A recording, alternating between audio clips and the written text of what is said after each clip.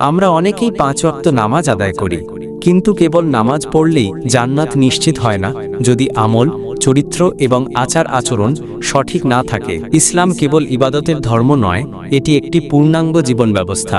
নিচে এমন 17 শ্রেণীর মানুষের তালিকা দেওয়া হলো যাদের সম্পর্কে বিভিন্ন হাদিস ও ইসলামী শিক্ষায় সতর্ক করা হয়েছে, যারা নামাজ পড়েও জাহান্নামে যেতে পারে যদি তারা তওবা না করে।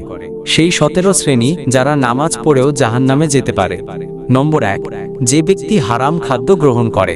নম্বর 2, যে আত্মীয়তার সম্পর্ক ছিন্ন করে।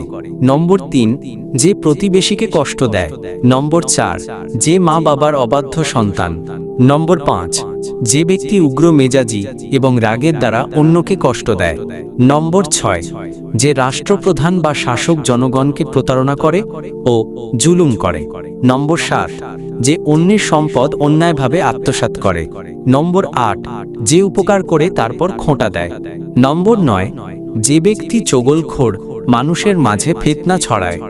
নম্বর 10, যে ব্যক্তি নিজের প্রকৃত পিতাকে অস্বীকার করে এবং অন্যকে নিজের পিতা হিসেবে পরিচয় দেয়।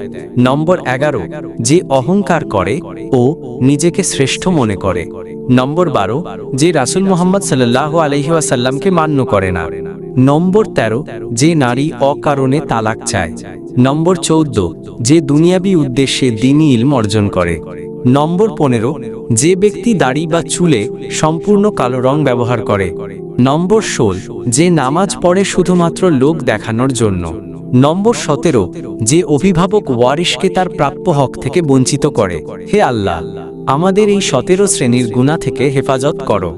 আমাদের অন্তরকে পবিত্র করো, আমলকে খাঁটি করো এবং আমাদেরকে জান্নাতবাসীদের অন্তর্ভুক্ত করো।